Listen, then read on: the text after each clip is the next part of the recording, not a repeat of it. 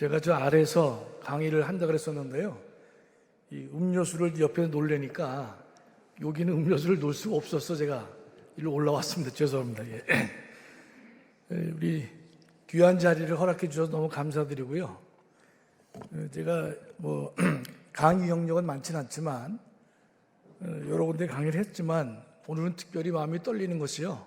원로 목사님들 계시는 앞에서 제가 강의를 하게 돼서 상당히 마음이 떨립니다. 우리 정영관 목사님께서 저에게 그 한어로 빌딩 중앙교회를 잘 찾을 수 있겠는가 염려하시더라고요. 그래서 제가 승동교회에서 한 50년 제가 교회를 다니고 거기서 장로 임직을 했기 때문에 하나라 이 빌딩 이전에 있는 태화관까지도 제가 역사를 잘 알고 있습니다. 예.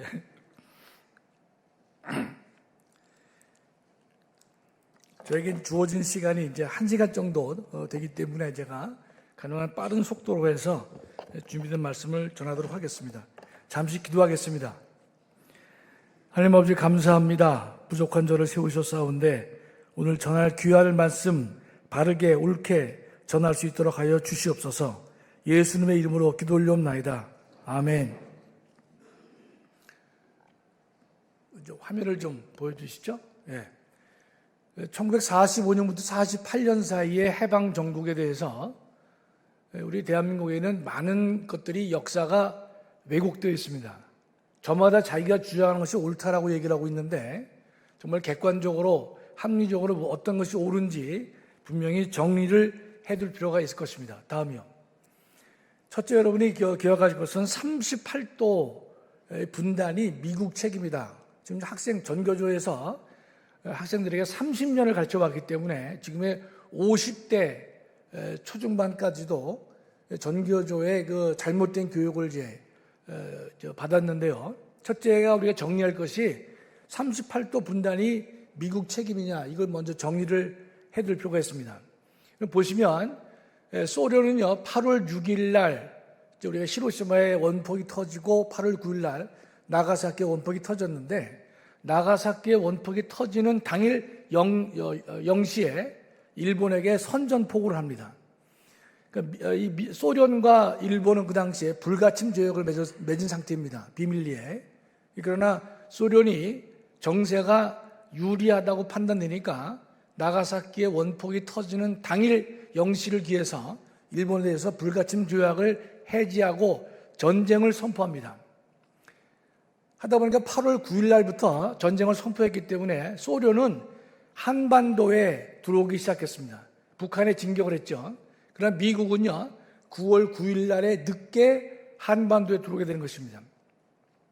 소련이 계속해서 남하를 합니다. 남하를 하기 때문에 23일쯤에는 개성까지 소련군이 들어왔습니다. 미군이 들어오기 전에 소련이 계속 남하를 해서 한반도 전체를 먹으려는 계획을 그때부터 가지고 있었던 것이죠. 당시 미국은요 소련에 대해서 상당히 우호적인 면이 많이 있었습니다. 왜냐하면 2차 대전 당시에 소련군이 가장 많이 사망을 했습니다.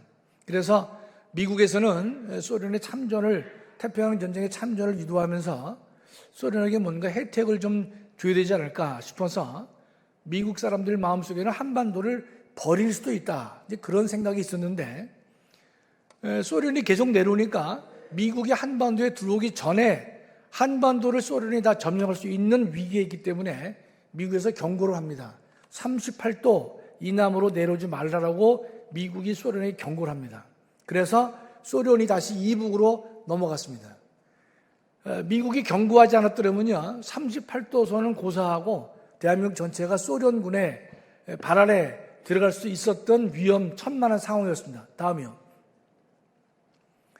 여러분 이제 45년도 한반도를 먼저 잠깐 우리가 정리를 하셔야 될 텐데 45년 8월 달에 우리가 해방됐지 않습니까? 그랬는데 그해 해방됐을 때 대한민국은요 우리 올바른 정부가 없었죠. 그렇죠? 그래서 한반도에 어떤 정부를 만들 것이냐, 한반도에 있는 대한민국 사람들이 조선인이죠. 그들이 우리가 원하는 정부를 만들기를 원했던 것은 사실인데 그러나 우리는 주권이 그 당시도 사실상은 없었습니다. 그러면 45년도에 꼭 기억하실 사건은 45년 12월 달에 모스크바 외상회의를 합니다. 요거는 꼭 기억해 두세요. 45년 12월인데 그 미국, 영국, 소련이 만나가지고 어떤 결정을 하는가 하면 대한민국을 독립시킬 수 없다는 겁니다. 바로 독립시킬 수 없다는 거예요. 어떻게 하느냐? 한국을 5년간 신탁 통치를 하겠다 이 뜻입니다. 5년간 미영소에서 신탁 통치를 한 다음에 그 다음에 대한민국을 독립시켜 주겠다는 결정을 한 것이 바로 45년 12월의 결정입니다. 그러면 상식적으로 대한민국 사람이라면요, 그 신탁 통치 결정에 찬성을 해야 됩니까? 반대해야 됩니까? 무르나 마나 당연히 반대가 되겠죠. 그래서 신탁 통치를 반대하는 그 당시는 공산당도 박헌영을 중심으로 한 공산당도 그랬고 대한민국 사람 모두가 다 반탁을 했어. 반탁이요. 신탁 통치를 하게 되면 다시 한번 대한민국의 독립이 무가되기 때문에 신탁 통치를 전 국민이 반대했습니다. 그런데 넘겨보세요. 다음. 조선공산당이 있었는데 이 사람들이 처음에는 반탁이었습니다. 신탁 통치를 반대했는데 나흘 만에 찬탁으로 돌변합니다. 그래서 46년 1월 달에 예정된 반탁 운동을 찬탁으로 변경하는 일을 하는 것이 조선공산당입니다. 그 당시 소련과 공산당은 신탁 통치를 찬성했고 민주진영은 신탁 통치를 반대한 것입니다.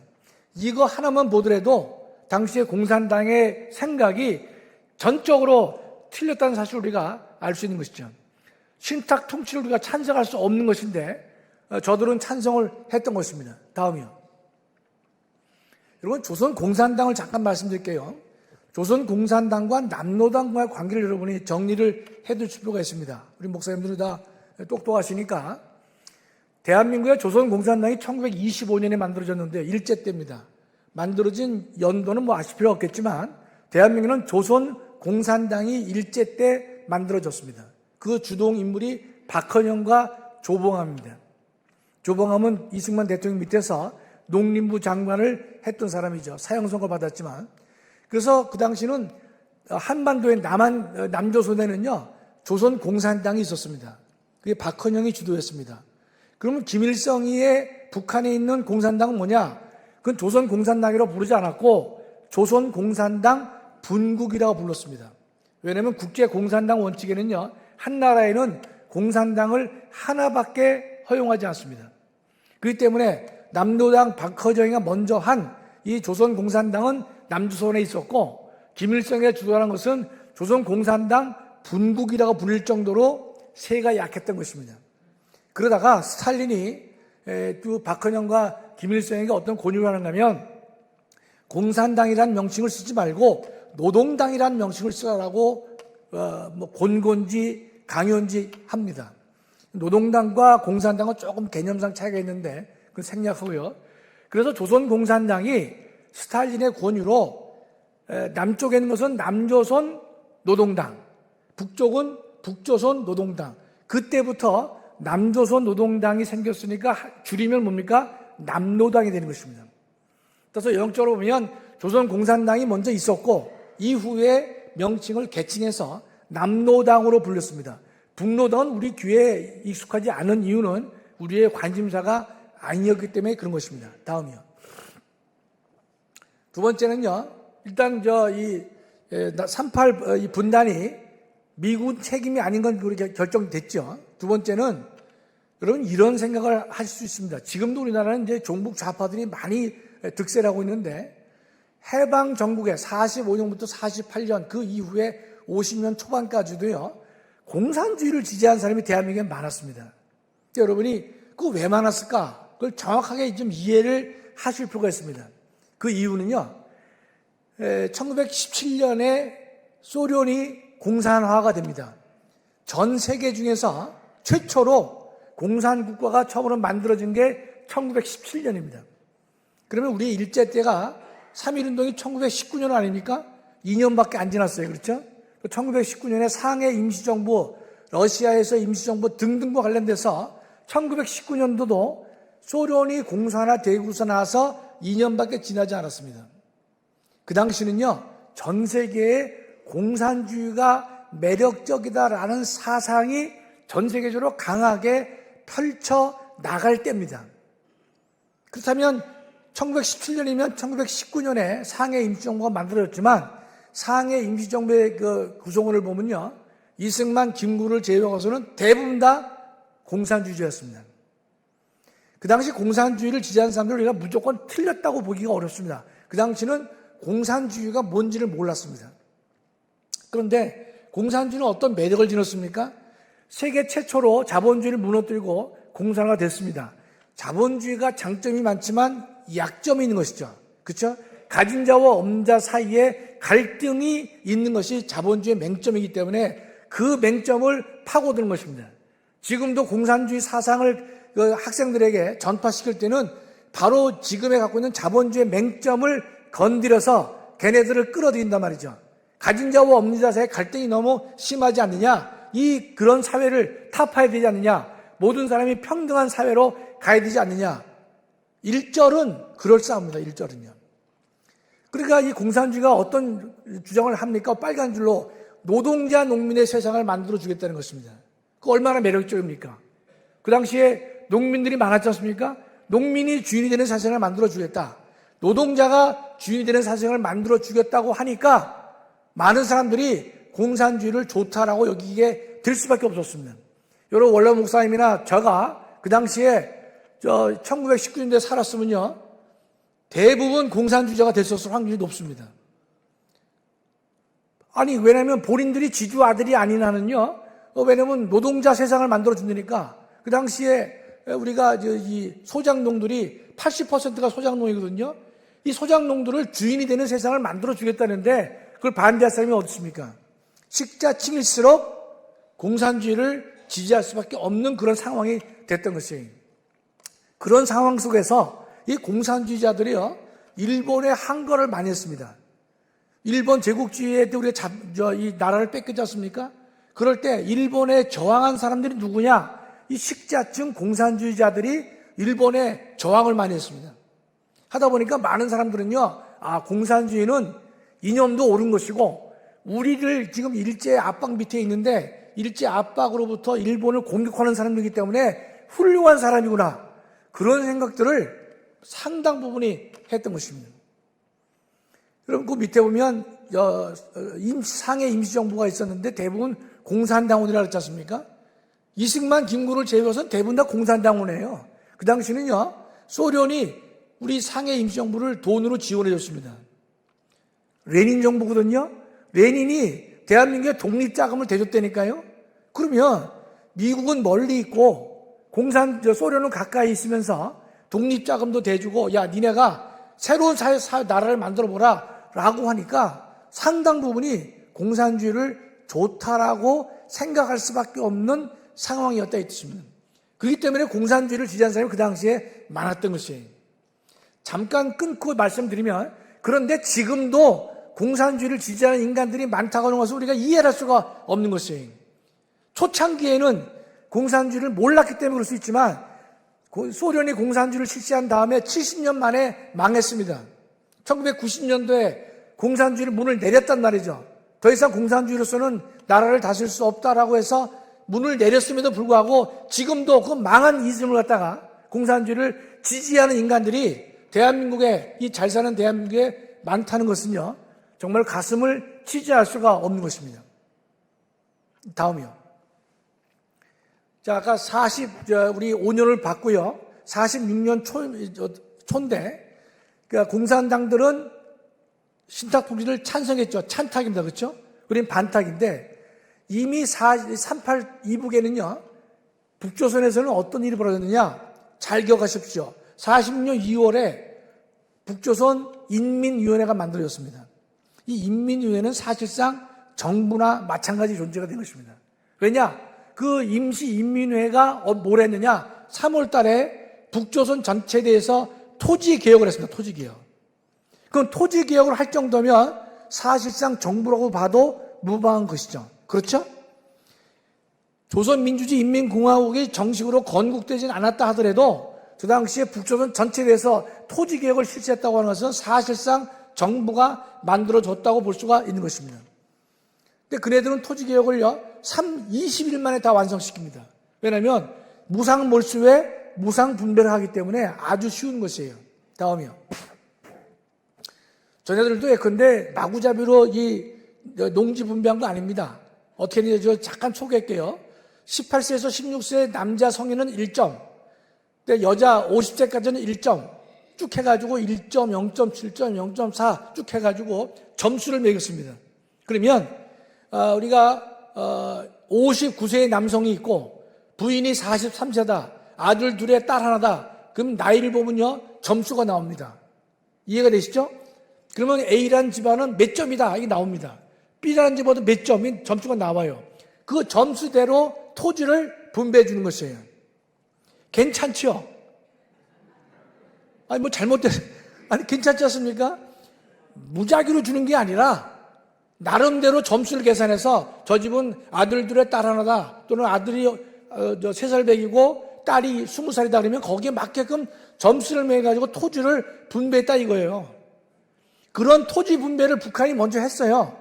그럼 남한에서는 어떤 일이 벌어집니까? 북한식의 토지 분배를 해달라고 남한 사람들이 계속 요구를 했을 거 아닙니까? 그렇지 않겠어요? 다음이요. 그 당시는 이제 북한은 공산주의이기 때문에 토지를 분배했지만 소유권은 안 줬습니다. 땅을 경작할 경작권만 줬단 말이죠. 근데 3, 4년 뒤에는 협동조합이나 또 했기 때문에 공유나 국유로 소유권은 다 넘어갔습니다. 그러니까 북한은 땅은 일찍 분배했지만 소유권을 주지 않았고 소유권은 국가가 갖는 것이다. 이렇게 했던 것이죠. 다음이요. 이걸 좀 화면 좀 크게 줄 수 있나요? 이 화면을. 안 돼요? 여러분 상단에 보시면요, 이수자를 보라라는 글씨가 보입니까? 전 여성 이름이 아닙니다. 이수자가 아니고 여자 이름이 아니라 이 숫자입니다. 숫자, 넘버, 숫자인데 이게 맞춤법이 틀려가지고 이수자를 보라고 해놓은 거예요. 이게 북한에서 이 농지 개혁을 할 때 그들이 걸어 내세운 포스터입니다. 포스터. 하단에 보시면요, 잘 안 보이는데 저도 정확하지 않은데 남로당 진남포 무슨 지부라고 돼 있을 겁니다. 그러니까 북한 전역에 저런 포스터가 많이 붙어 있는 겁니다. 보시면 95%가 5%를 먹여 살린단 말이죠. 잘못된 것이다 라고 선동하면서 농지개혁을 한 포스터 중에 하나입니다. 실제로 포스터입니다. 근데 이수자로 되어 있습니다. 이 숫자인데, 그렇죠? 네, 다음이요. 남한의 농지개혁은 조금 후에 보도록 하고요. 세 번째, 이승만 대통령을 분단의 원흉이다 그럽니다. 예. 한반도의 통일국가를 만들 수 있었는데도 불구하고 이승만 대통령이 분단의 원흉이다 이렇게 말을 하는데, 그 분단의 원흉으로서 어떤 얘기를 하는가 하면 학생들한테 뭘 가르치느냐, 46년 6월 달에 정읍 발언을 얘기합니다. 여러분 목사님들 이건 꼭 아셔야 됩니다. 그 46년 6월 달에 이건 6월까지 기억하실 필요가 있습니다. 요게. 그러니까 이승만 대통령이 전국을 다니시면서 이게 우리가 대한민국 국민을 깨우치는 계몽운동을 하시는데 6월 달에 어떤 발언을 하시냐, 빨간 글씨죠. 남쪽만이라도 임시정부 또는 위원회 같은 것을 조직해야 될 것이다. 왜냐하면 통일정부를 우리가 고대하고 있는데 여의치가 않다는 뜻이에요. 그러니까 남쪽만이라도 인민위를 만들자라고 46년 6월에 말씀하셨습니다. 넘기기 전에 조금 전에 기억할 것은요, 북한은 46년 2월 달에 뭘 만들었죠? 북조선 인민위원회를 벌써 만들었습니다. 농지개혁을 한 다음에 다 완성시켰어요. 그러나 이승만 대통령은 그래도 조선을 국가를 만들어 보려고 기다렸었는데 여의치가 않으니까 6월에 이 발언을 하신 거예요. 그러면 왜 여의치가 않았느냐? 다음이요. 이 46년 6월에 정읍 발언의 배경과 시기 내용을 정확하게 우리가 이해를 해야만 이승만 대통령이 분단의 원흉이 아니라는 사실을 정확하게 알 수가 있는 것입니다. 상당히 저게 화면이 뭐네요. 보통 요 앞에 있는데 아닙니다. 자, 배경은요, 북한은 사실상 정부를 만들었죠. 40년 2월에 이승만 대통령의 발언은 6월에 나온 겁니다. 그렇죠? 그다음에 그 배경 이유는요. 반탁 정당이나 단체를 뭔가면 그 밑에부터 하겠습니다. 시기에 미소공동위원회가 46년 3월에 개최했는데 5월 달에 결렬했다. 이걸 좀 기억하실 필요가 있는 것입니다. 미소공동위원회 뭔가면 아까 45년 12월 달에 모스크바 외상회의가 있지 않습니까? 외상회의에서 신탁 통치를 결정했고, 또 하나는 한반도 문제는 영국이나 프랑스나 중국이 관여하지 않고 미국과 소련이 두 나라가 한반도 문제를 결정하라라고 위임을 했습니다. 이해가 되시죠? 이건 극동지역이니까 다른 프랑스나 영국은 안 하겠다. 그러니까 미국과 소련 두 나라가 만나서 한반도에 맞는 정부를 만들도록 하라라고 한 게 미소 공동위원회가 된 것입니다. 근데 이 공동위원회가 3월에 열렸는데 5월 달에 결렬됐습니다. 5월 달에 왜 결렬되느냐? 소련이 이런 주장을 하는 겁니다. 그 회의를 하는데 참석자를 소련이 제한합니다. 뭔가면 신탁 통치를 반대하는 정당이나 단체는 이 회의에 들어올 수 없다라고 고집을 피우는 거예요. 그 신탁 통치를 찬성하는 것만 들어와야지 반대하는 사람은 들어올 수 없다 하니까 미국 입장에서는 왜 이렇게 일방적으로 정하느냐 하다가 미소 공동위원회가 결렬됐습니다. 5월에 결렬됐어요. 근데 보통 회의가 결렬되면 아무리 쌈박질을 하더라도 그래 좀 우리가 열을 좀 식힌 다음에 2달 후에 다시 모이자, 한 달 후에 모이자, 다음 회의를 약속할 수도 있지 않습니까? 그런데 무기 휴회가 된 겁니다. 5월 달에 결렬됐는데 다음에 언제 열릴지 전혀 알지 못하는 상태에서 무기 휴회가 된 것이에요. 그렇다면 한반도 문제를 결정해야 될 미소공동위원회가 무기 휴회가 됐단 말이죠.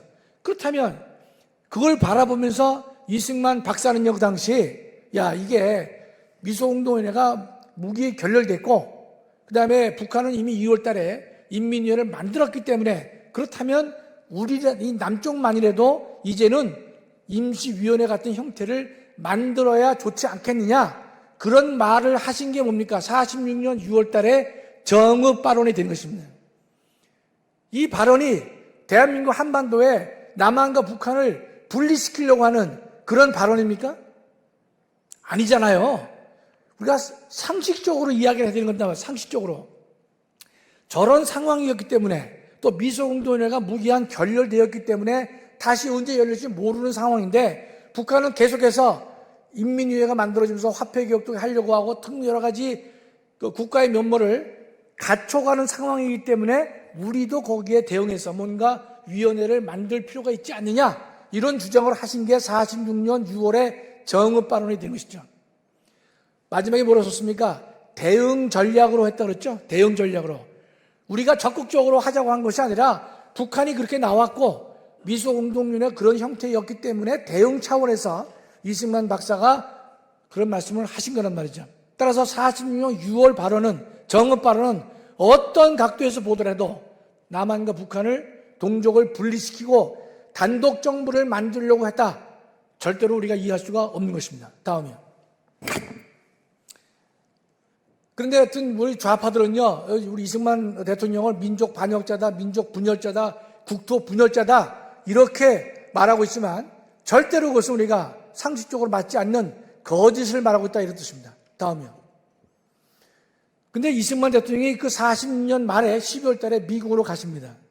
왜 가느냐? 당시에 미국은요, 이승만 대통령을 갖다가 좋아하지 않았습니다.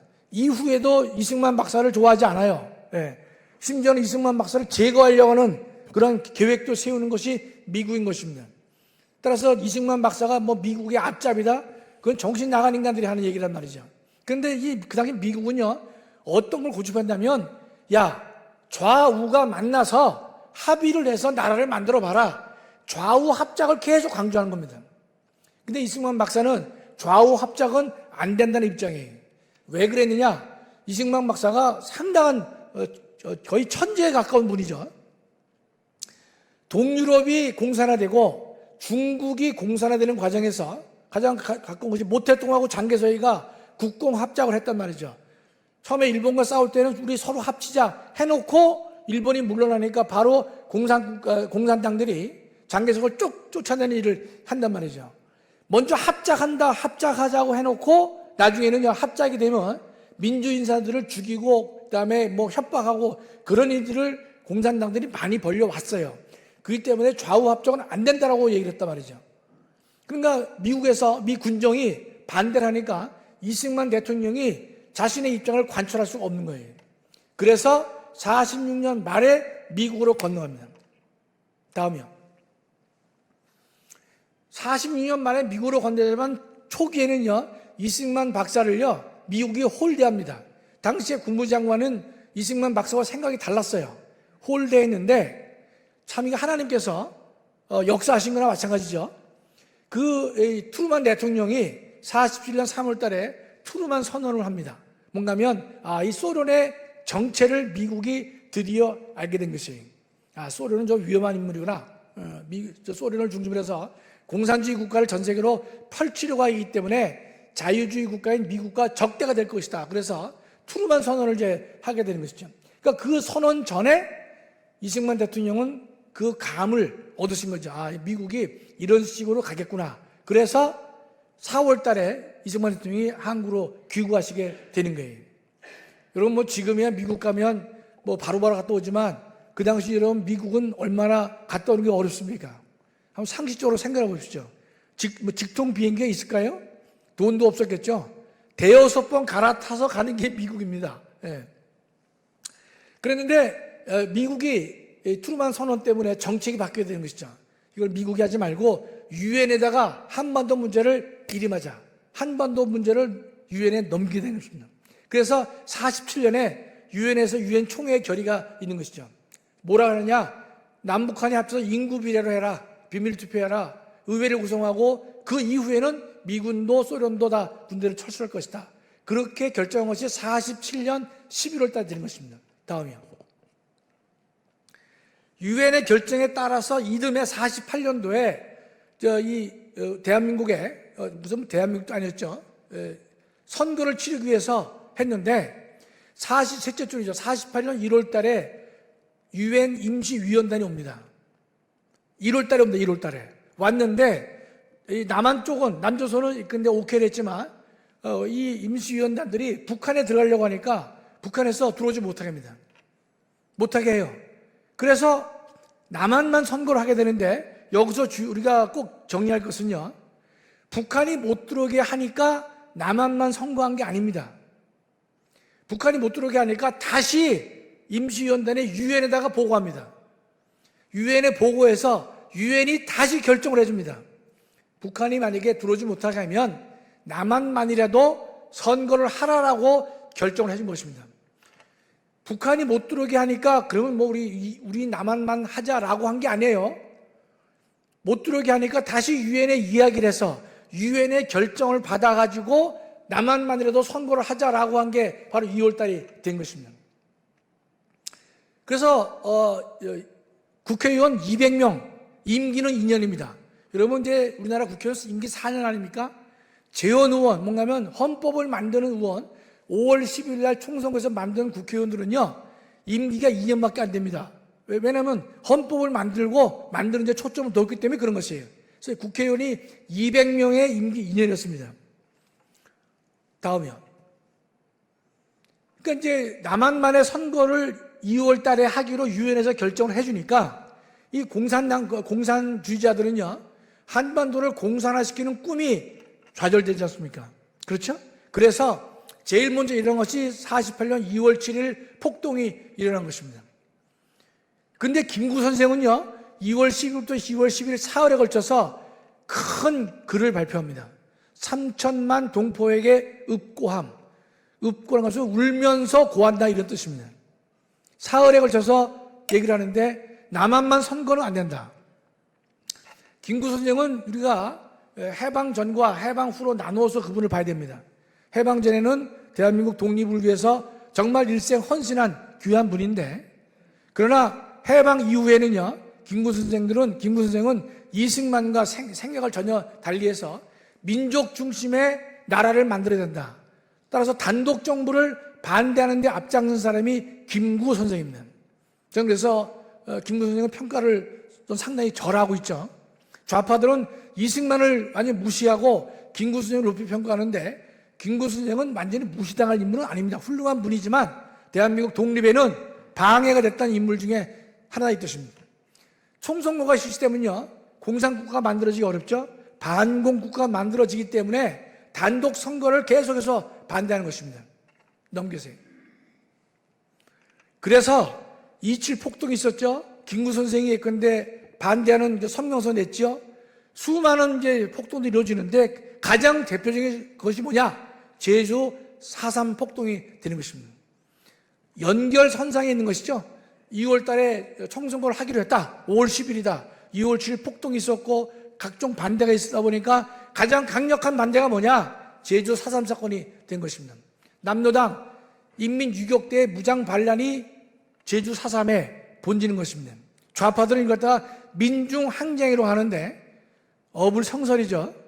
민중항쟁을 하는 사람이 4월 3일 공세시를 기해서 제주도 내에 24개의 경찰 관소 중에서 12개를 기습하고 경찰관을 죽이고 그 아내를 죽이고 그다음에 선관위 직원들을 죽이고 수많은 양민들을 학살하는 그런 만행을 저질렀는데 그것이 민중항쟁입니까? 어림없는 얘기가 된 것입니다. 그럼 제주 4.3은요 정말 우리 대한민국 근대사에서 비극 중에 비극입니다. 저 보시면 알겠지만 54년 9월에 진압됩니다. 이상하지 않습니까? 48년에 일어났는데 6년이 되어야 비로소 완전 진압이 된 것입니다. 그 이유는 왜냐? 요 사이에 6.25가 터졌습니다. 6.25가 터지다 보니까 진압이 안 되는 것입니다. 그 다음에 제주도는요, 한라산이라고 하는 특수한 지형이 있었기 때문에 낮에는 이 유격대원들이 한라산으로 도망가고 밤에만 내려와가지고 양민을 학살하는 잡기가 어려운 또 그 당시에 많은 군인과 경찰들이 빨갱이가 많이 있었다는 뜻이죠. 진압이 잘 안 되는 것입니다.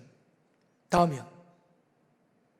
민중항쟁 어림없는 얘기를 하고 있는 것이에요. 그 사람들은 박헌영, 최포령 철폐를 하라 김일성 장군 만세를 부르고 인민공화국 만세를 불렀어요.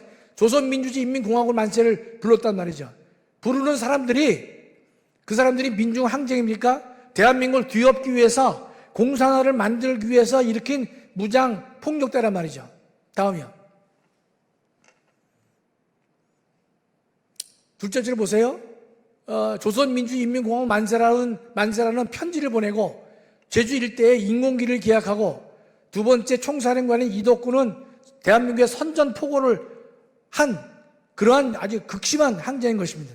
제가 여기다 써놨지는 않았지만 김대중 대통령은요 제주 4.3이 공산당 폭동이라고 말했습니다. 분명히 말했어요. 그건 증거가 나와 있습니다. 나와 있는데 다만 제주 4.3에는 남로당 그 폭동 세력에 의해서 무고하게 죽은 양민이 실제로 많아요.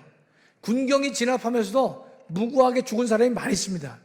그분들을 보상하고 희생을 기리는 것은 우리가 필요한 것입니다. 그러나 반란 세력들 갖다가 수괴들을 갖다가 찬양하고 이 무죄로 만들어준다? 그건 우리가 있을 수 없는 일이 되는 것입니다. 다음이요. 생략하겠습니다. 다음이요. 자, 요거 말하면 2개 선거구라 그랬는데요. 예. 뭐 제가 내용을 아니까요. 제주도는 선거가 3개였습니다. 3개였는데 4.3 폭동 때문에 2개 선거구는 선거 못했습니다. 그래서 재원 의원이 몇 명인 줄 아세요? 200명에서 2명 빠집니다. 198명입니다. 왜 그랬느냐? 선거를 못한 것이에요. 그러면 남로당의 이 4.3의 반란의 본질이 뭐냐?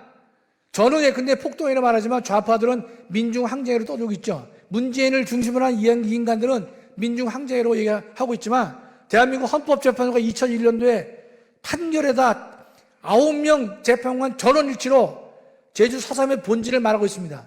남라동 반란 세력들의 폭동이다. 대한민국 헌법재판소가 9명 일치된 의견으로 판시한 바가 있어요. 조금 전에 말씀드렸지만 김대중 대통령도 공산당 폭동이다 말이죠. 라고 말한 바가 있는데 이거를 뒤집은 인간이 누굽니까? 바로 문재인이가 이걸 때가 뒤집은 것입니다. 다음이요. 김달삼이 이제 일으켰는데, 주동을 했는데요. 이 친구가 48년 8월에 월북하죠. 4.3 터지고 난 다음에 여의치 않으니까 월북하고 북에서 상도 받고 그랬는데 6.25 때 국군에게 사살됩니다. 시간 때문에 넘기겠습니다. 이건 북한의 혁명 열사능에 있는 김달삼의 묘입니다. 김달삼 동지라 했죠. 저게 우리 남한에 있는 거 아니에요. 북한의 애국 열사능에 있는 묘지의 비석이 저겁니다. 다음이요.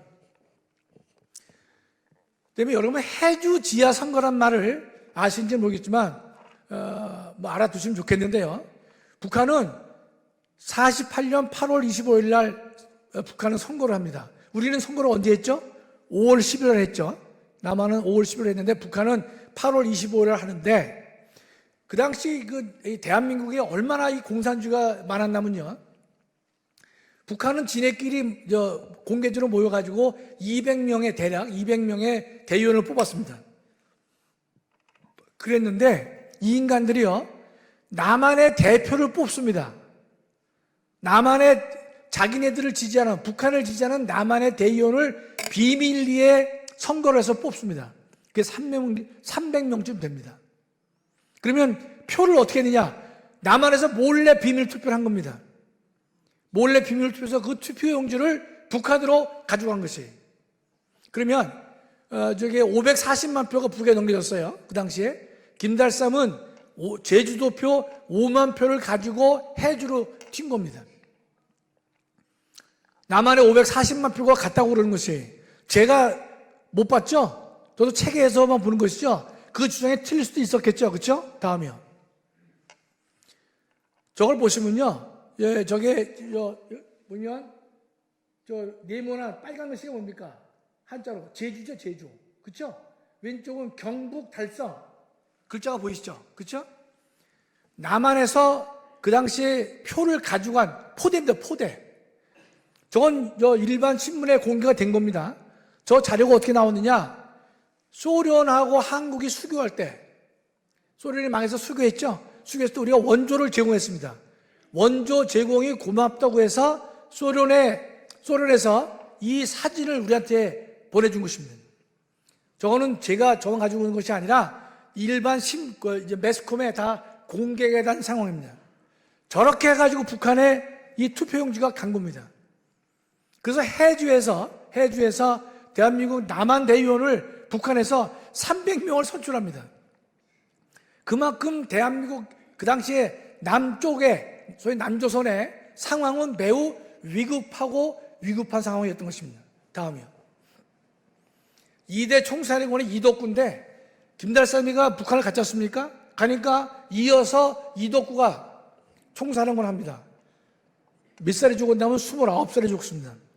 그러니까 젊어서부터 이 친구들이 이 대한민국의 반기를 드는 일을 한단 말이죠. 대한민국의 선전포고도 하고. 그래서 그 당시는 제주도에 계엄 선포가 이루어지기도 합니다. 다음이요. 이제는 이승만 대통령의 농지개혁을 좀 말씀드릴게요. 아까 북한의 농지개혁을 잠깐 말씀드렸는데 남한의 농지개혁은요. 둘째 줄에 유상몰수, 유상분배입니다. 왜냐하면 지주가 가진 땅을 그대로 공짜로 뺏으면 안 되잖아요. 그렇죠? 그건 안 되기 때문에 어떻게 하든지 대가를 지급해야 된단 말이죠. 그 다음에 무상분배는 옳지 않다. 유상분배를 해야 될 것이다. 유상몰수에 유상분배를 하려고 하니까 토지개혁이 늦어질 수밖에 없는 것이죠. 당연하겠죠. 그렇죠? 보시면 여러분이 셋째 줄에 지주들의 땅을 유상몰수했는데 거기에 돈이 없으니까 지가 증권을 줍니다. 증권을 준 다음에 1년에 한 번씩 돈을 갚아 나가기 시작한 거예요. 그 다음에 농민들은요, 땅을 불화받으면 5년간 연 30%의 수확을 나라에 내면 5년 지나면 그 땅이 누구 땅입니까? 자신의 땅이 될 수 있었습니다. 대단한 사건입니다. 이 사건은요. 그래서 그 당시에 3정보 넘는 땅만 나라가 강제 구입했습니다. 3정보는 얼마죠? 9,000평입니다. 9,000평까지는 봐주고 나머지는 국가가 매입을 한 것이에요. 여러분 김성수 선생이 그 땅이 김성수 선생이 소유한 땅이 1,000만 평이 넘는다고 그래요. 어마어마한 땅이죠. 그렇죠? 이 김성수 선생이, 문재인이가 김성수 선생에게 드린 훈장을 문재인 정권 때 박탈했습니다. 친일파라고. 예컨대 일제 때 저 정도의 돈이 있는 사람은요, 친일 행각을 안 할 수 있어요, 없어요? 안 할 수가 없는 거예요. 일본과 적절하게 협조하면서 독립자금을 대야 되는 것이지 무조건 독립자금 될 수는 없지 않습니까? 그러면 그 당시에는 할 수 없이 일부 친일 행각은 불가피한 것이에요. 그랬는데 친일 행각을 했다라 가지고 이 훈장을 삭탈했는데, 이 김성수 선생 같은 그 호남의 유지들, 그 100만 평 넘는 유지들이 농지개혁에 찬성하지 않았으면 대한민국은 농지개혁 안 됩니다. 대한민국은 전 세계에서 3개밖에 안 되는 농지개혁 성공 국가입니다. 일본, 우리나라, 대만이 성공했습니다. 그건 학자들이 다 말하고 있습니다. 멕시코, 그다음에 필리핀, 남미의 수많은 나라들이 왜 실패했느냐? 가진 자들이 땅을 내놓지 않았기 때문에 실패한 것이에요. 그 점에서는 우리 호남, 우리 주민들은요, 자긍심을 가져야 되는 것이에요. 그랬는데 정말 이건 하나님께서 해주신 건데요, 6.25가 터졌습니다. 6.25가. 그렇죠? 50년 6월 달이죠? 그럼 이제 48년부터 농지개혁을 막 하려고 했는데 이 쉽게 잘 안 되셨습니까? 그러나 1950년 6월 25일이 6.25가 터지기 보름 한 달 전에 6월 달쯤에요, 전 국민은요, 내 땅이, 내가 노력하면 저 땅은 5년간 내가 30%만 내면 내 땅이 될 것이라는 사실을 대한민국 국민이 다 알 수가 있었습니다. 이건 정말로 이거 하나님께서 해주신 거예요. 그 다음이요. 요거 좀 크게 확대가 안 되는데, 이게 뭔가면요, 오른쪽에 농지분배 통지서죠. 농지분배 통지서, 그렇죠? 김후권. 그러니까 제가 하나 샘플을 얻은 거죠. 그러니까 김후권 씨가에게 나라가 뭘 보내느냐? 농지분배 통지서를 준 거예요. 당신네는 요 농지를 5년간 해서 30%만 내면 당신의 토지가 될 거다라고 분배 통지서를 완료한 게 6월 달입니다. 만약 이게 없이 됐으면요, 북한이 남한을 몇 개월 점령했습니까? 3개월 점령했죠? 3개월 점령했을 때 북한이 어떤 짓을 했냐면 북한과 같은 농지개혁을 강행하려고 했습니다. 실제로 했어요. 그러나 남한에 있는 많은 사람들은요, 겉으로는 복종했지만 속으로는 거부한 것이죠. 왜? 나는 내 땅이 있을 거야. 이 공산주의만 없어지면 내 땅이 확보될 것이야. 그 사실을 6.25 전쟁 전에 알았다는 것입니다. 저게 6.25 전쟁 전에 몰랐으면요, 대한민국은 엄청난 혼란 속에 빠졌을 거라고 저는 확신합니다. 다음이요. 이건 아마 지가증권입니다. 그 지주들에게 준 약속 증권이고, 다음이요. 상환증서는 뭐냐? 네가 저 통지서가 갔는데 5년간 30% 내면 이 땅을 주겠단 말이죠. 그 상환하는 증서가 저게 다 있는 것입니다. 저와 같은 절차를 거쳐서 이승만 대통령이 농지개혁을 성공시키게 됐던 것입니다. 다음이요. 그 다음에 그 미 군정이 일본이 남기고 한 땅 20만 정보를 우리한테 줘서 분배를 했죠. 그 다음에 이게 했는데, 넷째 줄이죠. 45년에 자작농이 35%밖에 안 됐습니다. 그러나 50년에는요, 5년 지나서는요, 88%로 늘어난 것입니다. 대한민국은 농지개혁을 성공시킨 것이에요. 우리 원로 목사님이나 저나, 우리 원로 목사님 저보다 큰 형님뻘 다 되실 것 같은데, 중학교, 고등학교, 대학을 다닌 것은요, 이승만 대통령이 저 농지개혁을 성공했기 때문에 다니신 거예요. 정말입니다. 저거 됐기 때문에 우리 고등학교도 갔고, 중학교도 갔고, 대학까지 갈 수 있었던 것입니다. 그래서 죽어라고 노력한 것이죠. 땅은 얼마 안 되지만, 이건 내 땅이다 말이죠. 소작이 아니다 말이죠. 저게 자작농이 88% 됐다고 하는 것은요, 대한민국 전체 역사에서 5천년 역사에서요, 자기 땅을 갖는 중산 시민이 88%가 됐다는 뜻입니다. 어떤 개혁도 성공하지 못한 것인데 저 개혁이 성공됐던 것이에요. 자, 하나 더 여기 없지만은 첨언해서 말씀드리면, 미국은요, 일본 사람들이 갈 때 적산, 일본 사람들이 점령했던 모든 땅들, 재산들, 돈들 어떻습니까? 싹 놓고 가겠습니다. 미국이 나갈 때 1인당 제가 그 금액이 정확히 기억 안 나는데 1인당 지금 돈으로 몇만 원 이상 못 가지고 가겠습니다. 몽땅 다 놓고 가겠어요. 근데 그게 여러분 사실 적법한 건 아니죠. 왜냐하면 민간인 재산과 땅을 군인이 뺏을 수 있나요? 원래 국제법상 안 됩니다. 안 됩니다. 당연히 안 되겠죠. 그랬는데 일본이 그 달라고 얘기했겠어요, 안 했겠어요? 계속했죠. 일본이 갖고 있던 땅, 건물, 재산, 돈 달라 말이죠. 일본은 한일 해방 이후에 한일 관계에서 회의할 때마다 일본 사람들은 돈 달라고 했습니다. 돌려달라고. 근데 미국은 니네 까불지 마라. 그 돈 못 준다 이게 미국이. 왜냐면 니네는 그 돈은 전쟁 배상금이다 그랬습니다. 니네가 졌기 때문에, 미국한테 졌기 때문에 니네는 전쟁 배상금이기 때문에 안 된다. 그러니까 미국한테는 달란 말을 못 해요. 전쟁 배상금이었기 때문에. 그러나 계속 한국 사람들한테는 회의할 때마다 그 돈 달라고 계속 했던 것입니다. 일본 사람들이 얼마나 집요합니까? 그러나 달라고 했지만 우리가 안 준 것이죠.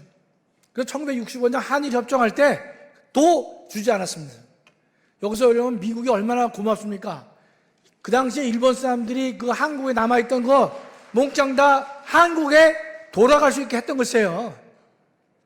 너무나 감사하죠. 그런데 잠깐만 미국이 어떻다 이렇게 하는 인간들 보면 참 한심하기 짝이 없습니다. 다음이요. 요거는 조금 전에 우선 이승만의 농지개혁을 제가 말씀드렸어요. 이승만 농지개혁을. 이번에는 국가보안법을 잠깐 말씀드리겠습니다. 여러분 이제 48년 5월 10일 날 우리가 이제 총선거 끝난 다음에 8월 15일 날 대한민국을 만들었죠. 건국을 했습니다. 예. 건국했는데 이 제주 4.3은 그 전에 터지고요. 중앙대에 이제는 중앙청 건물에 대통령도 있었고 국회의원도 있었고 행정부도 있었고 돈이 없었으니까 한 건물에 다 거기에 살았습니다. 그런데 9월 달에 보면요, 아침에 보면 인공기가 개양돼요. 대통령 집무실이 있는 그 건물에 인공기가 개양되고 독립문에도 인공기가 개양되고 밤에는 조선인민공화국 만세라고 하는 벽보가 서울 도처에 뿌려집니다. 그 와중에 10월 19일 날 여수에 있는 14연대에 대해서 군인들로 하여금 출동을 해서 제주 4.3 사건을 진압하라 라고 명령을 내립니다. 그러니까 제주 4.3 사건이 진압이 안 되니까 10월 달에 이승만 대통령은요, 제주 4.3은 미 군정 때 발생했죠.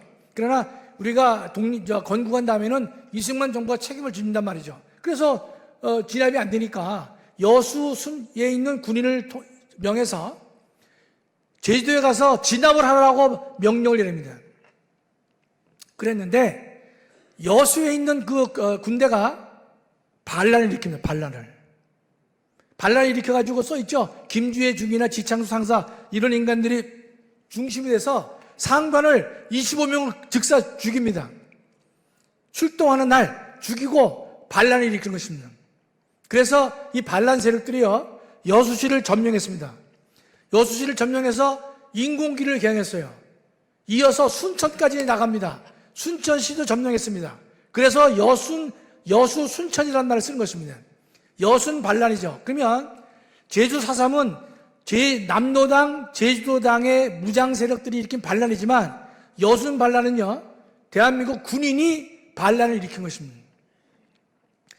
그래서 이 여순 반란은요, 대한민국이 비상계엄을 선포합니다. 대한민국은 비상계엄을 19번 선포했는데 제주 4.3 때 먼저 비상계엄을 선포하지 않았습니다. 첫 번째 비상계엄이 바로 여순 반란을 진압하기 위해서 비상계엄이 선포됐고, 그 다음 해가 제주 4.3을 진압하기 위해서 제주도에 비상계엄을 설치한 것입니다. 그럴 때 이 진압이 됐지 않습니까? 도망간 놈이 있어요. 도망간 놈. 그렇죠? 이 빨치산들이 어디로 도망갔냐? 지리산으로 도망간 겁니다. 그거를 미화해서 그린 소설이 뭡니까? 조종래의 태백산맥이 되는 것입니다. 태백산맥 책 일부 보신 분들 계시겠지만 저희가 1000만 부 팔렸습니다. 대한민국 많은 사람들의 머리를 헷갈리게 하는, 전 읽다 던져버렸는데, 저기 보면요, 대한민국 군인이 여성을 성폭행할 때는요, 아주 잔인한 악마로 표현합니다.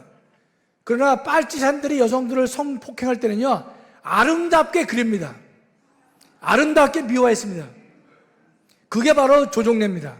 그러니까 저 인간이 저거 가지고 돈 벌었단 말이죠. 1000만 부나 나갔습니다. 그럼 여기서 여러분 다음이요. 지금 하나 여러분이 의문이 들어야 되는데, 어떻게 군인들이 그렇게 반란을 일으킬 수 있느냐? 대한민국 군인들이 어떻게 그렇게 반란을 일으킬 수 있겠느냐? 그건 이런 겁니다. 대한민국 병역법이 48년도에 없었어요. 49년도에 징집할 수 있는 병역법이 49년에 만들어졌습니다. 그러니까 48년 병역법 만들어질 때까지는요, 군대를 누가 갔느냐? 보통 다 임의로 갑니다. 임의로. 원하면 간 거예요. 그랬는데 그 당시에 수많은 이 빨갱이들이 경찰 수사가 좁혀지니까요, 어떻게 했느냐? 경찰 눈을 피하기 위해서 다 입대를 많이 했습니다. 입대를. 그러나 경찰들은 이제 입대하니까 군인이 됐는데 빨갱이가 어떻게 하겠냐? 그래서 수사를 중단했던 것입니다.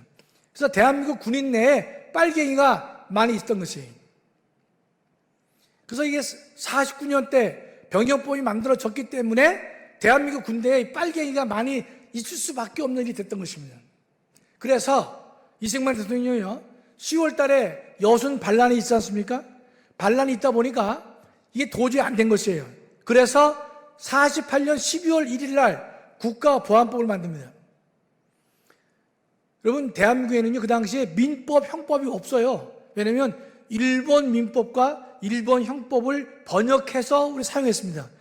법을 만들 수 없으니까요. 능력이 안 되니까. 이해가 되시죠? 그러니까 일본 형법을 번역해서 썼어요. 근데 일본 형법 가지고서는 대한민국 국가 자체를 반역한 자들을 처벌할 수 있는 처벌 조항이 없는 거예요. 그래서 대한민국 형법을 언제 만들었습니까? 53년에 만들어요. 비로소 만들었는데 그 전에 48년 12월 달에 이승만 대통령이 만드는 법 중에서 국가보안법을 먼저 만든 겁니다. 국가를 지키는 법을 만들지 않고서는 대한민국 자체가 날아갈 것이다 라고 해서 국가보안법을 만듭니다. 이 국가보안법을 만들었죠. 48년 12월에. 그래서 이듬해 49년 1년 내내 대한민국 군대 내에 있는 빨갱이들 갖다가 잡아내는 것입니다. 숙군 작업을 벌이는 것이. 여러분, 근데 49년 1년 동안 그나마 군대 내에 있는 빨갱이를 걸러냈으니까 다행이지, 걸러내지 못하고 바로 50년 6.25를 맞았으면요, 대한민국의 운명은 어떻게 됐겠습니까? 저는 이 국가보안법과 이 농지개혁법, 6월 달에 분배 통지서를 전 국민에게 알릴 수 있었다는 그 부분을 제가 볼 때마다 막 전율이 생깁니다. 하나님께서 그래도 대한민국을 얼마나 사랑하셨는지 저는 확신할 수 있는 것입니다. 그거 아니었으면요, 대한민국 제가 볼 때는 없었습니다. 다음이요. 이승만 대통령과 김구는요, 제가 길게 설명드리지 않는데 여러분 혹시나 도움이 되신다면, 길게 말을 하려면 어렵잖아요. 그렇죠? 학생들이, 자식들이, 손자들이 물어보면 이렇게 왔으면 좋아요. 김구는 이상을 위해서 현실을 버린 사람이에요. 이상을 위해서 남한과 북한이 만나가지고 아름다운 국가를 만들어보자. 그건 이상이죠. 나쁘지 않았어요. 그러나 현실을 버렸다는 뜻이에요. 무시했다는 뜻입니다. 그러나 이승만 대통령은요, 현실을 위해서 이상을 유보한 사람이에요. 여러분, 그걸 꼭 기억해 두시면 요런 걸로 아들이나 손자들에게 길게 얘기하면 우리가 이제 복잡하단 말이죠. 이상을 위해서 현실을 버린 사람이냐, 아니면 현실을 놓고 이상을 유보한 사람이냐, 이렇게 봐야 구별이 될 것입니다. 다음이요. 그랬는데 이 이 4.3 제주 4.3에 대해서는요, 문재인 대통령이 2020년에 이런 유명한 말을 했죠. 제주는 먼저 꿈을 꾸었다는 이유 때문에 처참한 죽음을 맞이했다. 근데 중요한 얘기는 그들의 꿈이 우리의 꿈이라는 거예요. 이게 국가 반란세력에 대해서 이보다 더한 찬사는 없다고 저는 생각합니다. 그들의 꿈이 우리의 꿈입니까? 그들이 꾼 꿈은 북한의 공산주의 국가로 대한민국 전체를 만들려고 했다고 하는 것이 그들의 꿈이란 말이죠. 그들의 꿈이 우리의 꿈이 될 수가 없는데 그들의 꿈이 우리의 꿈이라고 말을 하고 있는 것이죠. 대한민국 국민이 조용하니까 이듬해에는 이 인간이 한 발짝 더 나갑니다. 뭐라고 합니까? 남노당 반란 세력들을 진압한 대한민국의 군인과 경찰을 갖다가 국가 폭력이다 라고 정의를 내리고 있습니다. 다음이요. 뭐 자랑은 아니지만 제가 2021년도 4월 14일입니다. 제가 저기 조선일보 의견 광고에 나온 겁니다. 문재인의 제주 4.3 추모사는 헌법 위반이다. 제 실명을 걸고 제가 광고를 했던 것이죠. 저건 의견 광고이기 때문에요. 저게 검색이 안 됩니다. 검색이. 칼럼이면 검색이 되는데 검색이 안 되는데 제가 볼 때는 제가 볼 때 저 발언을 제가 용납할 수 없어서 저런 이제 광고를 냈는데 저 광고를 낼 때가 전광훈 목사를 만난 지 한 보름 정도 됐을 텐데요. 나중에 또 말씀을 올리겠습니다. 다음이요. 지금 제 이 문재인이가 행한 제주 4.3과 관련된 일은요, 아주 치명적인 일이 많습니다. 다 설명할 수 없는데, 이 특별법을 고쳐서 어떤 일을 하는가면요, 제주 4.3 당시에 군법회의에서 사형, 무기, 이런 20년 징역, 이런 선고받은 사람들을 다 무죄로 만들어주는 법이 있는 것입니다. 그래서 그것을 지금도 하고 있습니다. 그 다음에 또 한 번 법을 고쳐요, 문재인이가. 그래서 희생자로 인정되면 1인당 다 9천만 원씩 줍니다. 대한민국의 돈이 썩어 문드러진 것이죠, 제가 볼 때는. 다음이요. 제가 몇 개만 소개할게요. 무죄가 될 수 없는 사람인데 무죄가 된 케이스인데, 저 8차 때인데요. 고용주 징역 20년 받았습니다. 그 밑에 진남철 징역 20년, 수용생활, 6.25 때 행방불명. 6.25 때 저 인간이 행방불명 됐으면 어디로 갔겠어요? 미국으로 갔을까요? 일본으로 갔을까요? 북한으로 갔을까요? 당연히 이북으로 갔죠. 저런 인간들을 희생자로 해가지고 그 자손들에게 9천만 원 주면 되겠습니까? 단돈 9원도 안 돼요, 9원도요. 그렇기 때문에 이 대한민국에 이게 이제 우리 근본적으로 개혁이 우리가 일어날 필요가 있단 말이죠. 다음이요. 저 예를 보면요, 혈압 올라갑니다. 혈압. 네. 다음이요. 다 시간이 없어서 그렇습니다. 예. 그 다음에 지금 이제 이 좌파들은 역사 특별법을 잘 만드는데요. 2004년 노무현 대통령 당시에 동학 농민 명예회복법이라는 법을 만들었어요. 일명 동학특별법이에요. 동학이 언제입니까? 조선시대 일 아닙니까? 1895년의 일인데, 이 동학특별법을 만들어가지고요, 3대 손까지 이제 이 혜택을 주는데, 사람이 몇 없잖아요? 그러니까 고손 5대 손까지로 늘려요. 2006년에. 그 마지막 줄을 보시면, 현재 국가유공자는 자손과 자식 때까지만 혜택을 주고, 독립유공자는 3대 손까지 주는데, 동학특별법에 해당하면요, 5대 손까지 돈 줍니다. 정신 나간 돈이 많아요. 다음이요. 문재인 때, 역시 문재인이죠. 이 인간 때 사업이 종료됐는데 다시 재개해가지고 지금은 한 3,000명 되는데 정읍 시민들에게, 해당되는 사람들에게 현재 10만 원씩 주고 있습니다.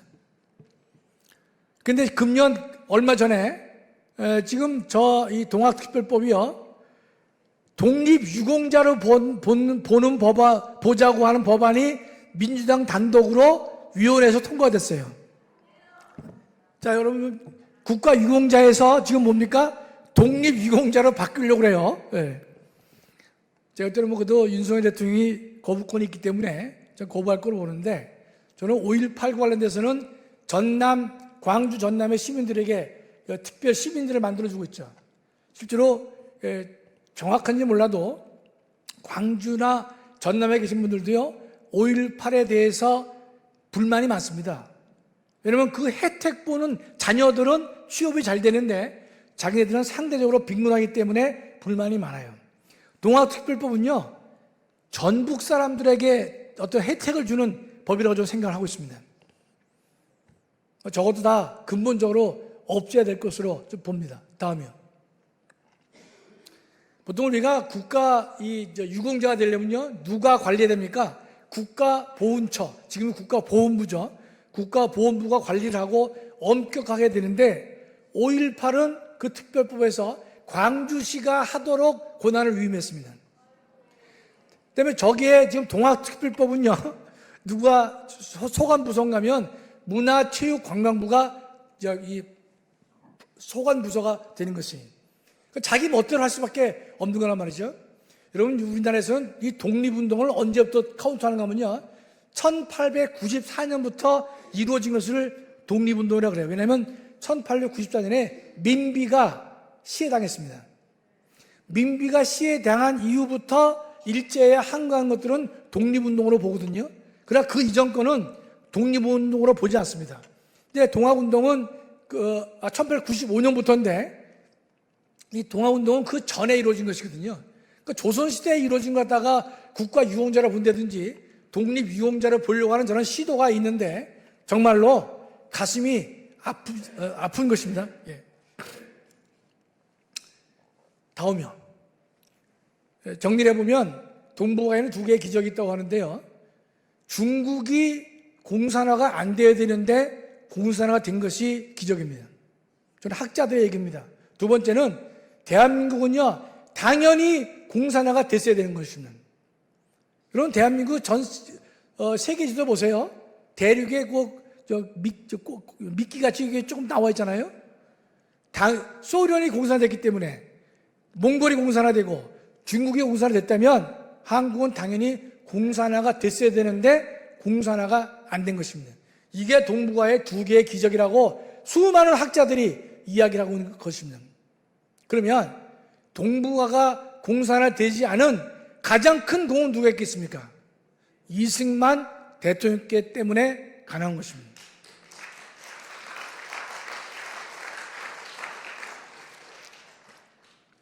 이승만 대통령은요, 1923년도에, 23년이면 공산주의 혁명이 있었고 얼마 안 되지 않습니까? 공산당의 당부당이라는 잡지에 그 논문을 쓰십니다. 당부당. 그러니까 공산당은 이런 점에서, 공산주의는 좋은 점도 있지만 이런 점에서는 절대로 타당하지 않은 것이다. 그러면 공산당이 멸망하기 전에 45년 전에 이미 이승만 박사가 그런 글을 쓰면서 공산주의의 위험성을 지적했다고 하는 점인 것이죠.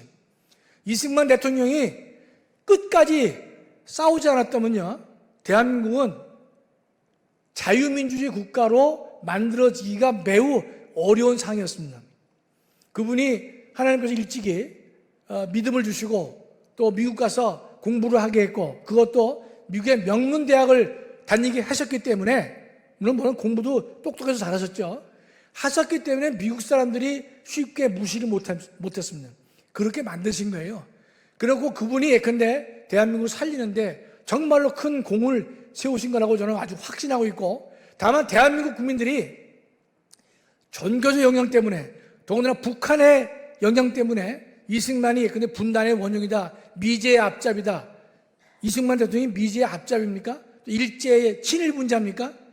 여러분, 일본 사람들 여론조사 하면요, 한국 대통령에서 가장 인기 있는 사람이 김대중 대통령입니다. 가장 미운 사람이 누군지 아세요? 이승만 대통령이에요. 일본 사람들이 제일 미워하는 게 이승만 대통령입니다. 왜냐하면 평화선을 거쳐서 독도를 지켰기 때문에 이승만 대통령을 가장 미워하는데, 이승만 대통령이 친일파가 될 수 있습니까? 말이 안 되는 얘기입니다. 이승만 대통령이 미국과 얼마나 싸웠습니까? 미 제국주의의 첩자이면서 사주를 받은 사람입니까? 말도 안 되는 얘기입니다. 말도 안 되는 얘기. 오죽했으면 미국이 에버리디 작전에 의해 가지고 이승만 대통령을 끌어내리려고 구체적인 계획까지 세웠고, 이승만 대통령이 반동포로 석방을 했기 때문에 한미 방위조약이 맺어지게 된 가장 중요한 힘도 이승만 대통령 아니었으면 이 한미 상호 방위조약이 맺어질 수가 없어요. 여러분 생각해 보세요. 그 당시 미국이 세계 최고의 국가고 대한민국은 어떻습니까? 가장 못 사는 국가 아닙니까? 이재용 삼성 회장이 아주 못 사는 소년 가정하고 협약을 맺겠어요? 맺겠냐고요? 맺을 이유가 없지 않습니까? 협약을 서로 주고받아야 되는 것이 동맹인데 우리가 줄 게 아무것도 없어요. 그러나 미국으로 하여금 대한민국의 안보를 지키게 하도록 하기 위해서 한미 상호 조약을 맺어줬기 때문에 이승만 대통령의 그 하나만 가지고도 그 공은요, 어마어마한 것입니다. 그게 있었기 때문에 대한민국은요, 이제껏 안보를 걱정하지 않고 우리는 경제에 매진할 수 있었던 거 아닙니까? 정말로 그 공이 큰 것이죠. 예. 이제 말씀을 제가 마치도록 하는데요. 저는 이제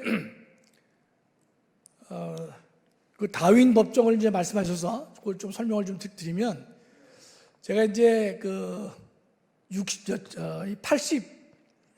2020년도에 정년 퇴직했습니다. 2020년도 벌써 한 3년 됐네요.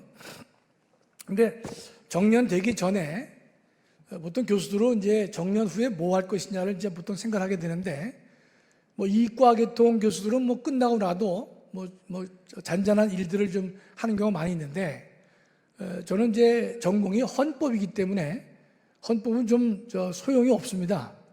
인기가 없어요. 민법이나 형법을 했으면 로펌에서 연구 용역도 주는데, 헌법은 그런 연구 용역을 줄 만한 분야가 아닙니다.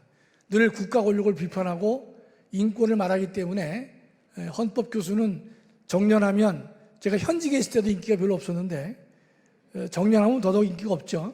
그래서 방향을 좀 틀어야 되는데, 마침 제가 기도하는 가운데 말씀을 받았다라고 이제 감히 말씀드리면, 진화론을 하면서 하늘나라 가야 되겠다, 이제 이런 생각이 들었습니다. 제가 과학이 과자도 모르고 하는데 이게 가능하겠는가 그랬는데, 제가 한번 정년 3년 전부터 글을 쓰기 시작했습니다. 공부를 좀 그때 처음 시작했죠. 정말 맨땅에 헤딩인데, 공부한다고 그거 아는 것도 아닌데, 제가 이제 그 강의도 듣고 혼자 해보니까 이 법학 교수가 하는 게 더 좋겠더라고요. 그게 무슨 말인가 하면, 대학 교수들은 그 기본 원칙이 있는데, 생물학 하는 사람이 지질학 얘기 안 합니다. 그렇죠? 지질학 전공한 사람이 우주 전체 얘기하면 좀 미친놈이라고 그래요. 예. 근데 저는 아무것도 모르니까 이야기를 해도 미친놈이라고 하겠지만, 그러나 제가 볼 때는 하나의 기준이 있습니다. 진화론의 전개가 과학적인 것은 모르겠지만 건전한 상식에 맞느냐 이겁니다. 우리 모두가 건전한 상식을 가지고 있지 않습니까? 과학자는 아니다 하더라도 네 주장이, 그게 생물학이 됐건 지질학이 됐건 뭐가 됐든지 간에 그 주장이 건전한 상식에 맞느냐 말이죠. 그래서 제가 이제 공부를 하면서 자신을 더 얻게 됐습니다. 했는데, 저는 60세부터 신문에 칼럼을 썼습니다. 그래서 지도자들한테 내가 정년할 때는 논문집 증정하는 거 하지 말고 내가 지금부터 글을 쓸 테니까 칼럼을 모아서 책으로 만들어 달라, 그렇게 얘기를 하고 그때부터 계속 글을 쓰기 시작했는데, 진화론 비판 글을 썼는데요. 여러분, 그도 참 재밌는 게, 세상이 얼마나 악해졌냐면요, 신문 방송이 좌파로 다 넘어갔지만 그래도 조중동 몇 개는 남아있지 않습니까? 이 자유우파가. 그런데 진화 문제는요, 모든 언론사들이 다 진화합니다. 창조 지지하는 신문이 하나도 없습니다. 제가 그때 고집스럽게 국민일보에든 내가 글 안 쓴다, 내가. 그건 싫어 주는 거는 싫다고 해서 일반 신문사를 내가 고집을 했습니다. 근데 그 신문사가 제 일반 칼럼을 싫어야 되는 절박함이 있었어요. 그래서 한 4개 쓰고 진화론 비판을 이제 하나 쓱 껴넣었어요. 제가 칼럼으로 냈기 때문에 시시하게 글을 안 썼겠죠. 그건 분명히 내용이 재밌을 테고 시시한 글도 없습니다. 정성스럽게 제가 썼단 말이죠. 하다 보니까 예컨대 좀 실력도 늘게 됐는데, 여하튼 제가 진화론 비판에서 아주 어려움 속에 한 30편을 제가 쓴 겁니다. 그래서 제가 이걸 책으로 내야 되겠다 그랬는데 이 시간이 없어서요. 제가 이제 전광훈 목사님을 어떻게 만나게 되냐면 2020년에 제대한 다음에 저는 진화론을 비판하는 강의를 하러 다니겠다 그랬는데 2021년에 2020년에 문재인의 제주 4.3 발언을 듣고 저런 인간이 어떻게 저런 발언을 하냐, 제가 상당히 분개를 했습니다. 그래서 제가 시간이 되면 제주 4.3과 관련된 시민연대 제가 일을 좀 하다가 그 시민연대에 대해서는 제주 4.3에 대해서 전광훈 목사님이 상당히 조회가 깊으시다 그래가지고 2021년 3월 28일 주일날인데요. 그때 누구 소개로 전광훈 목사님을 처음 제가 만나게 됐습니다. 전광훈 목사님 여러분 잘 아시겠지만 호불호가 아주 분명하잖아요. 좋아하는 분도 많고 싫어하는 사람도 많고. 근데 저도 참 그분이 의문이 많이 갔어요. 아니 까불면 죽어라는 발언도 했다고 그러고 빤스 목사가 뜻이 뭔지 모르지만 그것도 있고, 그다음에 상당히 좀 야생마와 같고, 그다음에 그 교회와 같은 갈등을 많이 일으키는 어떤 분인가 제가 궁금했습니다. 그래서 만났는데 제가 이제 전광훈 목사님에 대해서는 부정적인 견해도 많고 저도 옳다고 생각해요. 그러나 제가 이제 승동교회 장로를 제가 해서 해다가 사랑제일교회를 제가 그해 8월 15일에 제가 옮겨서 소속은 현재 사랑제일교회 소속으로 되어 있습니다. 긴 말씀은 안 드리고요. 우리 친구들 만나보면 다 그래요. 제가 유튜브를 하다 보니까 야, 너 요새 잘 나가더라. 그래서 내가 그 뭔 말인지 알거든요. 그 전광훈 목사님 너 잘 나가더라. 그래서 내가 근데 친구들은요 반은 욕을 합니다. 아, 그 개새끼 말이야. 그래서 친구들이 제가 니네 욕하는 건 좋은데 내 한마디만 들어라. 그분이 흠도 많다. 잘못된 것도 많다. 내가 볼 때는 나도 동의하지 못한 분이 많이 있지만 내가 우리 전 목사님 그 사택을 제가 봤습니다. 교회 안에 계시는데 한 17평 정도 되시는 사택에 사시죠. 지금도 거기서 사시는데 한 20몇 년 거기서 사셨어요. 그래서 구두도 늘 한 컬레입니다. 두 컬레 없습니다. 구두가 이제 목 수술을 해가지고 구두 이제 이걸 꺾어 신기가 어려우니까 슬리퍼 같이 만든 구두가 하나 있어요.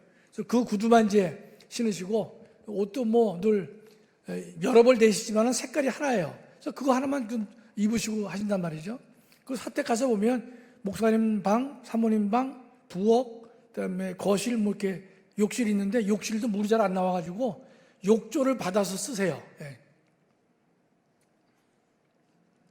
욕조에 물을 받아서 쓰시는데 그분이 예컨대 문재인과 싸우기 위해서 가난 코스프레를 하는 거 아닌가 의심을 했는데 그분이 이제 결혼 초부터 그런 삶을 사셨더라고요. 그래서 제가 이분 참 외롭다, 외로워 보이기도 하고, 그래서 저는 이제 그거 좀 필요한 사람에 대해서만 제한적으로 욕을 했으면 좋겠는데 욕을 너무 이제 막 남발하시니까 좀 안쓰럽기도 하고 좀 민망할 때도 많이 있고 하지만 그러나 그래도 조국을 위해서 또는 이제 이 교회를 위해서 이 예수 한국 복음통일을 위해서 자기 인생을 걸어서 하기 때문에 그 장점만 보자 이제 그런 제가 생각을 하게 됐습니다.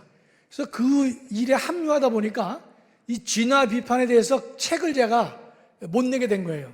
그래서 제가 안 되겠다 싶어서 제가 금년 초에 그 칼럼을 가지고 사진 작업을 제가 3개월 했습니다. 사진 작업을. 사진이 있어야 이해가 빠르니까요. 그래서 이제 제가 책을 낸 게 다윈을 법정에 세우다인데 여러분 아시겠지만 진화론자들은요, 예수는 부정하고 다윈을 하나님 대열에 놓습니다. 하나님 대열에 놓습니다. 그게 진화론자들의 본질입니다. 제가 그래서 이 다윈을 법정에 내가 세워야 되겠다. 제가 법학 교수니까 그렇게 했는데, 마침 이제 오늘 어느 목사님 뵈니까 그 신문 광고를 보고 이 누구냐 해가지고 저한테 이제 아마 일반 강의를 말씀하셨는데, 제가 초청해 주시면 제가 다윈을 법정에 세우다를 1탄을 먼저 말씀드리는데, 여러분 제가 해보니까요, 생물학적 진화를 그건 안 믿어요. 안 믿는데 그 모순만 얘기하면 되는데, 여러분 많은 분들이 어디에 학생들이 넘어가느냐? 지질학적 진화에 넘어집니다. 근데 지금 이 땅이 계곡이 있는데 그 밑에 물줄기가 졸졸 흐른단 말이죠. 이 졸졸 흘러서 이 계곡을 만들려면 1억 년은 걸렸을 것이다. 2억 년은 걸렸을 것이다. 이렇게 말을 하거든요. 지질학에서 많은 학생들이 무너집니다. 두 번째로는 탄소 동위원소에서 무너집니다. 탄소 동위원소를 듣다 보면요, 우리 또 이 창조론자들은 이게 틀렸다고만 얘기를 하는데, 그렇게 접근하면 말이 안 되거든요. 뭔가 일리가 있을 터인데 이걸 합리적으로 봐야 되는데, 지질학 문제와 이 탄소 동위원소 문제를 정확하게 알고 있어야만 학생들을 이 구렁텅이에서 건져낼 수가 있다고 저는 확신하고 있습니다. 그래서 혹시나 초대해 주시면요, 제가 준비해가지고 와서 우리 목사님들도 그런 문제에 대해서는 목사님들은 뭐 창조를 적극적으로 말씀하신 분이겠지만, 저는 창조를 적극적으로 말씀할 만한 능력은 안 되고요. 진화가 말이 안 된다 이거죠. 진화가. 그것만 제가 말씀드리려고 하는데, 특히 지질학적 문제와 이 방사성 동위원소 문제를 우리 목사님들이 많이 알고 계신다면 크게 유익하리라 저는 생각을 하고 있습니다. 예. 그래서 뭐 초청해 주시면 제가 기꺼이 다시 오겠습니다. 네. 자, 오늘 강의는 여기서 마치겠습니다. 감사합니다.